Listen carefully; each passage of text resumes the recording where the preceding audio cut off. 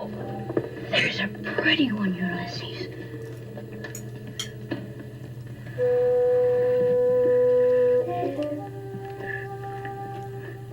There it is. Hello, BookTube. I'm Sean the Book Maniac. Welcome back to my channel and another Friday Reads. I have decided that this is the place in my apartment to make videos. The kitchen table, the dining room table, not bad for things like In Other Words, but I hate the lighting in the living room, even with my ring light. I put up that video the other day of my book review of The Sleeping Car Porter, and the lighting was just awful, and I had the ring light, and I think it might be the color of the walls also just suck up the light. I don't know. I'm not a lighting expert, but I just think that I'm always the happiest with this setup, sitting at my desk with the iPad on a little tripod, just short, and it's close, and the audio is the best. It's close to my face, and just, yeah. So the other thing to say about filming videos is I went out for a walk yesterday, and it was in the afternoon. It was warm enough to make a video. I would have had to wear a light jacket, but I might even make a video outdoors this week. It's not yet warm enough at this time of the morning. It's now 9 o'clock in the morning for me to go out and make a video, but by afternoon, so Friday Reads is out until it's significantly warmer, unless I do a Thursday afternoon reads that post on Friday. Anyway, but there is a faint hope of spring arriving, so how lovely. Start off my personal check-in on a sad note. I just want to give a shout-out, isn't quite the right word, but just let you know that my mom and dad's dog died very suddenly yesterday, the day before yesterday. I guess of a heart attack. Katie was her name, and she was only 6 years old, I believe, but she'd been having some strange health problems, so it wasn't completely a shock, but still very sudden, and my parents are really grieving.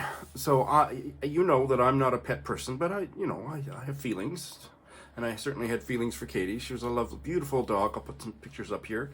And it's particularly sad for my parents because they don't think they're gonna get another dog after this, just because of where they are, the stage of life they're at, and that they have had dogs my whole life, and probably before I even came along. So it's the end of an era, and that's really tough. They're having a tough time. So love you, Mom and Dad. Yeah. In terms of other personal news, I don't have any. Aside from that shocking bit of sad news, nothing much has happened this week. I've been doing a lot of reading and working on taxes. Yeah, we won't talk about that. But anyway, yep. So that's my little check-in. I don't have any new patrons. I've been really grateful for the steady flow of support. There hasn't been any this week, but there might be next week. Check out my show notes if you don't know what I'm talking about for Patreon. But just really profoundly grateful to the 40 or so patrons I have. It's just making an enormous difference in my financial wherewithal and my mental and emotional wherewithal. So thank you, is one of my favorite living world leaders might say. All right, here is the week in review, and I fell asleep last night before I could post the second of these two videos that I posted in the last week, so there's only going to be about an 11-hour break gap in between when that went up early this morning and when this Friday Reads will go up, which I don't like to do. I don't like anything to compete with my Friday Reads. So, here's the week in review. For me, I couldn't get the sound of the train. I think it's described in the book, but I could certainly hear it as I was reading it, and this was his routine, and this is how he was scraping together enough money to go to dentistry school. More on that later. 32 Canadian books to read in spring 2023, and I found a grand total of 7 that were of interest to me. I'm going to put the link to the article in the show notes. You may find a whole bunch more that interest you. And here is an Indigenous writer who is uncomfortably located in what we now call Canada. Drew Hayden Taylor, a novel of his that I'd never heard of, but apparently it's one of his more famous novels. Who knew? Motorcycles in Sweetgrass by Drew Hayden Taylor. I believe this was on my most anticipated 2023 releases, and it's a chunky debut novel set in India in 1992. The author grew up in India, studied in Oxford and in Singapore. All right, and I've had another fantastic reading week, certainly in terms of the books that I finished. I have a bail to tell you about and a pre-bail, and I finished 2 books, and I have started 3. So the bail is this new novel by the Canadian-British writer Emma Hooper, We Should Not Be Afraid of the Sky. And I was doing this mostly on audio, out when I was walking or getting exercise. New thing in my life. Maybe more about that later in another video if it actually takes this time. This just didn't ever grab me. The writing was lovely. The audiobook was, the narration was great. But it's set in ancient Rome, and I just don't really care about the golden age of the Roman Empire. And it's these 5 girls in a small Portuguese village, and it was really the childishness of the way that the child narrator stuff, it got a little bit, I mean, I didn't ever really start hating it, but probably I would have if I continued. I think I don't know, got up to about page 80 or something, and just it wasn't grabbing me. I never thought the premise of it was interesting, but I'm very interested in Emma Hooper, and I have her other 2 books. I think she's only had 2 other books, and I have both of them now, and they sound really up my street. This one didn't. This was on the long list for the Gale Shields Prize, but I don't think it made the short list. And this is a pre-bail, because I didn't really start it. This was on my Trans Girl April list, A Pros and Cons List for Strong Feelings by Will Betke-Brunswick. What happened for me, and none of you that know me, even a smidge, will be surprised. I opened the first page, and then I flipped through it to make sure that I was right. This is the story of Will Betke-Brunswick's mother and family as she deals with cancer, and I think succumbs to cancer. But he's telling the story as if his family are penguins. Are those penguins? They're birds anyway. And as soon as I realized that, I knew I didn't even need to bother trying it. I could not make that. I cannot make that leap. So I told Lindy it would probably be a Lindy book. It was not a Sean book. I want to thank Peter of Pensively Reading for recommending it to me, and it wasn't meant to be with animals pretending to be people or whatever. Not a Sean thing. Oh, and I have what's the opposite of a pre-bail? An anti-bail? A bail abortion announcement? A bail abortion announcement. Let's go with that. I've been telling you for 2 weeks that I was going to bail on Rhapsody and Other Stories by Dorothy Edwards. This is going back to Deweython. I think this was published in 1927, and before she took her own life in 1934 at the age of 31. And I hated the first story so much, and I kept telling you I'm going to try one more story. Well, I'm 5 pages or 7 or 8 pages into the second story, and it's much better. Or it's holding my interest, so I'm not going to bail yet. So there's my bail abortion. A stay of execution announcement for Rhapsody. I think the order for my presentation of my weekend reading is always random for steps 2 and for parts 2 and 3. Sometimes I talk about the books I've started first, and then the books I've finished, and then the next week it'll be switched. I'm just not an organized person. But I always start with the bails. Start with the best part first. I think I will start with the 3 books that I've started. I swapped out after my pre-bail of the Trans Penguin graphic memoir. I decided to give this a try, and this was a late insert for my People April TBR. It's a novel, I don't know what it is, autofictional text by Marguerite Duras, Yann Andréa Steiner, translated from the French by Marc Polizzotti. And I picked this up because one of my students, who's also my boss for that class back in Japan, he worships Marguerite Duras, and he's so fluent in French that he reads her in French. And when I did my own research on her, I found out that one of her last books is this one, which is a memoir of a love affair she had near the end of her life. I think she might have been certainly well over 60, maybe 70, when she got into an amorous relationship, amorous friendship, sexual friendship, fuck buddyship with a young gay man. And this was in about 1980.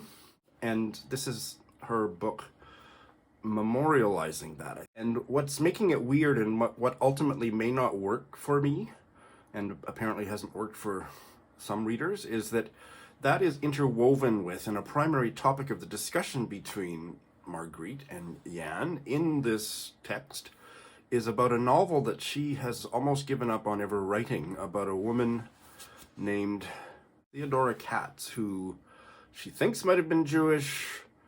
It's just weird because she's sometimes talking to Yann about her as if she was a real life person, but other times as a fictional character, and you're never really sure where you are. Well, that's autofiction.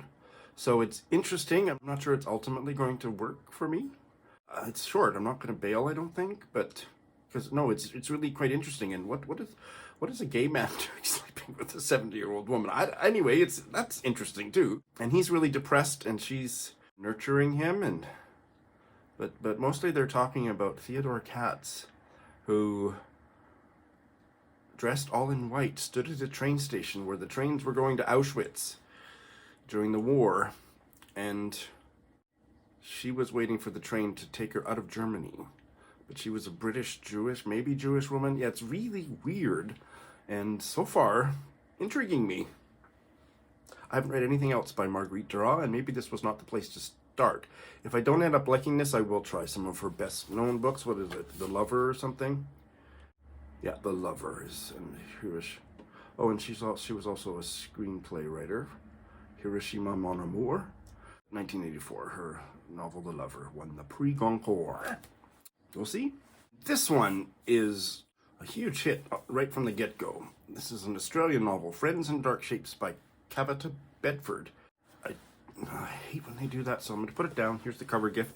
It's beautiful, and it's set when, I don't know what era. I never paid too much attention to what era. It seems to be modern times. In Sydney, Australia, a diverse group of roommates that room together in a house, and our protagonist is Indo-Australian, and probably a stand-in for the author. I don't know how autobiographical it is, but the writing is so emotional and deeply, deeply observant. Just portraits of people that she encounters, her roommates and various other people in her work as a freelance journalist. And, just gasp-worthy character work going on here.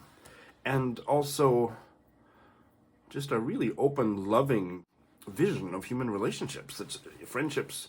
I don't know what the dark shapes is, but I know that our protagonist is in the fairly early stages of mourning her father's death.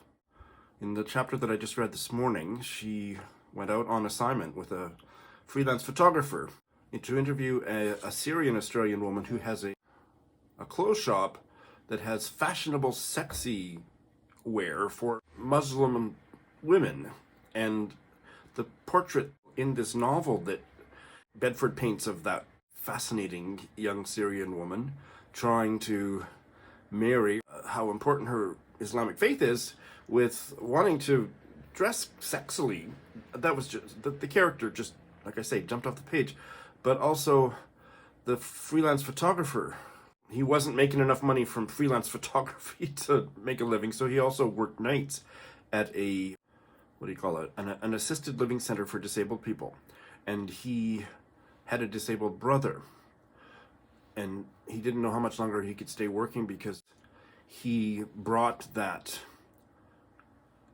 human connectedness to the job, and it was burning him out. And he said the ones that, you know, are the most loving, and the ones that maybe have a personal experience with a sibling or family member or friend who is disabled, they're the ones that burn out and don't stay at the job. And it's the ones that take it just as the job and get really frustrated and often abusive towards their clients at the assisted living centers are the ones that stay. And that was just a haunting thing that just rang so true in my limited experience with disabled people in my life.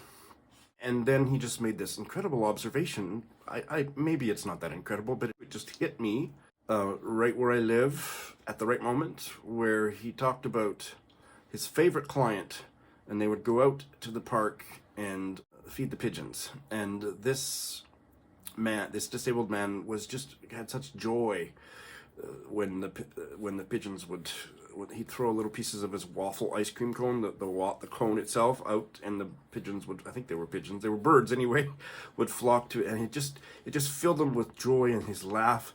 And this freelance photographer guy who also worked at the assisted living center, he just commented to our protagonist, you can really understand, how did he put it? I should just look it up. That is the truth of someone's character. How a person makes you feel after you walk away from spending time with them. Well, that's so true. This book is really ringing true for me, as I'm just enthralled with it. And to replace the book that I was listening to on audio when I was out doing my little exercise thing, regimen. It's not regimen. Regimen is too much of a word for what I'm doing, but I'm getting a bare start, people. I started the short story collection by Gish. Thank you, Mr. Nixon. It was on the long list for the Carol Shields Prize, but I don't think it made it to the short list, did it? Let's see. It did not. I think Lindy was reading it or listening to it, and maybe somebody else. So I'm doing it on audio, and I have the ebook also borrowed from the library, just if I need to, just for reference, but I'm going to be really 100% listening to it rather than doing an audio text combo. I'm underwhelmed. The first story I thought was pretty awful. It was told from the point of view, and I've never really heard anything good about Gish. I had a book of hers on my shelf for years, 20 years ago, that I heard so many bad reviews of, I never read it. But anyway, some people obviously like her, and she was on the long list for this prize. But I thought it was a really bad story. It was told through the point of view of a woman that actually, as a girl in China, met President Nixon that when on his famous visit to China. She was dead, and she was talking from heaven and writing a letter to him down in hell, which, what little there was of her story and her family's story and how they suffered in China, because there's no more evil government on the planet than the Chinese Communist government. So I agree with the politics of what she's exploring in these stories, but there was just boilerplate, like ChatGPT could have done the depth of comparison between American culture and Chinese culture. It was really awful. Thankfully, the second story, which is about a Chinese-American family that's going back for a tour, a guided tour, communist-controlled tour, I don't know which era it is, but anyway, the mother, so it's the elderly mother who escaped from China, and her daughter, who was born and raised in the States, and her white, or kind of very ethnically mixed, but basically Caucasian-looking husband. The three of them go on this guided tour. It's holding my interest more, and the characters are more fully rendered. So I'm cautiously optimistic that I'll... but if I encounter another story that's so blandly, like boilerplate ChatGPT level of nuance, I mean, I agree with all this political stuff that she's putting in, but it's not fiction. Kind of a little wobbly start to this one. Let's keep an open mind, shall we? This is not a pre-bail announcement. So those are what I've started. So now, let's get to the best part. I have finished 2 just amazing books this week. Joe and I finished our buddy read of Little Blue Encyclopedia for Vivian by Hazel Plante. I love this book with all my heart. 5 stars. And Joe and I were in basic agreement that it was a really stunning debut novel by a Canadian trans writer, Hazel Plante. Oh my God! I talked about it last week. What do I want to add to what I said? It was just so emotionally powerful. I think for a certain reader, the encyclopedia format of it and the fact that the text and the protagonist is so preoccupied with this weird TV show that had, I think, 10 episodes and doesn't exist in the real world, that would be off-putting. But I haven't heard many reviews like that. I haven't gone looking for them. But that really worked for me, despite some brief misgivings near the beginning of my reading experience. It's something that the puzzle of that makes me want to reread it, because I just think there'd be layers of meaning, things that I missed. But one of the profound truths of all of that is that a lot of the characters in the TV show, whose stories we get as we read through the alphabetical encyclopedia, they were profoundly grieving. So that was the connection between our protagonist, whose name is not revealed until the very end of the novel, and that was one of the most moving things. I'm not going to say anything more than that. But that was the connection between the protagonist. This is a grief project, a grief processing, a friendship processing project for our protagonist. And the other thing that I loved about it was, oh my god, the character of Vivian. What a complex character. And the fact that it was revealed to us in dribs and drabs through the various entries about the actors and the characters and the director and how Viv felt or thought about them, that would lead to a more personal anecdote where our protagonist had an experience, or Viv told her a story from Viv's own life that was connected with all this. Oh, it was just so layered. And when I say that Vivian was complex, I mean, boy, there were things about her that weren't so nice. Imagine that, a character that has flaws, but it was just so subtly done. And then the other thing was that our protagonist, oh, I just thought of something. There were certain parallels between the protagonist here and the protagonist in the next book I'm going to tell you about. I hadn't really consciously thought of that until now. Anyway, our protagonist here is just full of self-doubt, and without giving really anything away other than just one sentence to say that one of the things, I would say the primary thing that Vivian and her friendship with Vivian gives her is a lot of support to build up her own self-esteem and to make her own steps in her own fashion towards being an out and proud trans woman. And that was beautiful. And by the end of the novel, we also get all the misgivings and the self-doubts. Like, did Vivian really ever care about me? And like, was she just kind of going along? Did she just feel obliged? Did she really care about me? Blah, blah, blah, all that. And oh my God, I related so much to that. And so there was just a full-bodiedness to the relationship between the two trans women, the grief process, the character work, and all of it was parceled out in this alphabetized encyclopedia of a really quirky TV show that doesn't exist. What a brilliant, emotionally satisfying piece of writing.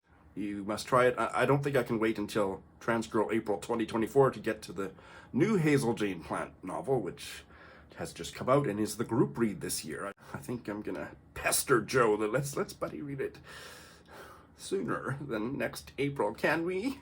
And I have also finished, just last night, there's the ugly library book, Voices in the Dark. That would be Voyage in the Dark, Sean? By Rhys. Her 1937 novel. I have now done a little bit of research, and I believe this is her third novel, 1937. And oh my God, I loved it even more than Leaving Mr. Mackenzie, which was her second novel. I did a pseudo-buddy read with Ben from Doom Antidote about Leaving Mr. Mackenzie. I'll put a link to that in the show notes. And I love that one too. I absolutely love that one. I am now, as I said in an email to Eric Carl Anderson, because you know we're like this. I was really late in answering his last message, and I said, oh my God, I've been thinking about you so much because you're the one that put me on to Rhys. I think he sponsored a read-along or a readathon just before I came onto BookTube. And I knew the name Rhys, but he's the one that really kind of put her there.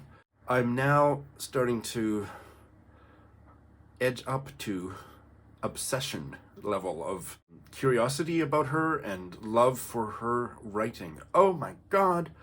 So I just made this connection as I was talking about Little Blue Encyclopedia, that the protagonists are quite similar. This character, Anna, set during the war, and that's another thing that I want to kind of mull over. I may do a full review. I'm just going to mull for a while, and I may want to do a full review because I don't think there's many or any out on BookTube when there should be, because it's a tremendous masterpiece, so somebody needs to do a full review. It's interesting talking about full reviews. I mean, they get so little attention. My reviews now get, within the first week, they get over 100 hits. Maybe some of them, if they're popular books, like people that other people are talking about, up to 200 hits in the first week or so. I remember in my first year, my full reviews would get 15 hits or something. But it's the full review, standalone review videos that most booktubers say they're not interested in watching, and I think that's true. I don't watch very many myself. But those are the videos that have the longest shelf life, that have I would say, a shelf life in perpetuity, because nobody's going to watch my Friday reads from August 2017. unless they are really fangirling. I think I've heard of comments from maybe one or two subscribers who have gone back to watch all my Friday reads, and that's fantastic, but it's really a rare thing. But when people are searching for book information on YouTube, they often search by author and title, and so they do watch, or at least watch the first minute of, standalone book reviews. So that's part of why I do it, and I get comments years later on standalone book reviews. So I see the value of them, even though I myself don't gravitate towards watching them unless I'm deeply interested in the book, and I have to be in that real sweet spot as a booktube consumer where I want to know a little bit more about the book before I decide to read it, but then once I've decided to read it, I don't want to know anything more about the book, and so but then after I finish the book, that's when I'll go back and watch some standalone reviews. So yeah, it's complicated. Anyway, where was I? Voyage in the Dark. So Anna is 19, and she is a white woman from the Caribbean. Her stepmother has paid for her to come over to England, but then kind of abandons her. There was no love lost between them, and the father is dead. There isn't very much money for Anna, and so she gets into becoming a showgirl, dancing, and I don't know what all she does, but touring around in kind of small cities around the UK for these reviews. Is that what they call them? But anyway, she's doing some performing stuff, and that's how we meet her. She's touring around, and she's got, are they friends? I'm not sure that she has any real friends in this novel, which is one of the things that makes it so literally pathetic and makes her, you just really cringe for how unworthy all these characters she encounters are of her. Did I say that the right way? They're unworthy of her. Anyway, keep going, Sean. But she has no confidence. She's kind of a sad sack. Everybody, especially the men she meets, is always telling her to smile. Well, yeah, go fuck yourself. But she seems like people are experiencing her as kind of a sad sack and down in the dumps, and I think she very much is. And she's kind of fumbling her way through all of this, and fumbling her way into bed with various men. And this is like World War I, London. And so the moral code and the stigma of putting out, and the way that it becomes kind of a traffic. It's almost like she's trafficked between men. The men don't seem like they're completely horrible, but the system is horrible, and she's just almost defenseless against it, and she has sexuality. So it's not like she's not interested in having sex, but the whole... Rhys creates this... let's have a drinking game for every time Sean says layered in this video. But just this layered portrayal of the demi-monde, and you're never quite sure, is she prostituting herself, or does it just look like prostitution because pretty much every relationship outside of heterosexual marriage between men and women in that era kind of was like prostitution. In fact, some people wouldn't even make that caveat, make that exception for marriage. It would be part of the same system. But anyway, that level of things was fascinating. But her character was really rich. She had really sharp, often hilarious observations of people, especially their appearance. She could be really bitchy, like she didn't say it out loud, but she shares it with us on the page, and I kept laughing. She also had, and Rhys obviously had, and this is another thing that just makes this such an outstanding and important novel, racial consciousness that I would challenge you to name any other white writer writing in the 1930s who was as, I'm not going to say woke, but who was as enlightened about race and racism as Rhys was. Holy shit, it's just really incredible. And again, it's done not like Gish is, not that superficial crap, the way Gish blew it in that first story, not putting politics and stuff and fiction, it just was really bad. In Voyage in the Dark, Rhys threads that through just a gripping story that is mostly character. It's a character-driven novel. Not a lot happens, but what does happen revolves around this demi-monde existence where we're never really sure. Does she just come up to the edge of prostitution and pull back, or is she just not telling us all the gory details? The variety of tones of the prose the way it would shift into a stream of consciousness, some of the most gorgeous stream of consciousness, better than Virginia Woolf, or as good. Remembering and pining for her life back on, I think that the island isn't identified, but where was Jean Rhys from? Was it the Bahamas? Oh no, Jean Rhys was from Dominica. Okay, so maybe that's where Anna is from. Anyway, Anna is frequently switching into just the most gorgeous stream of consciousness I think I've ever read.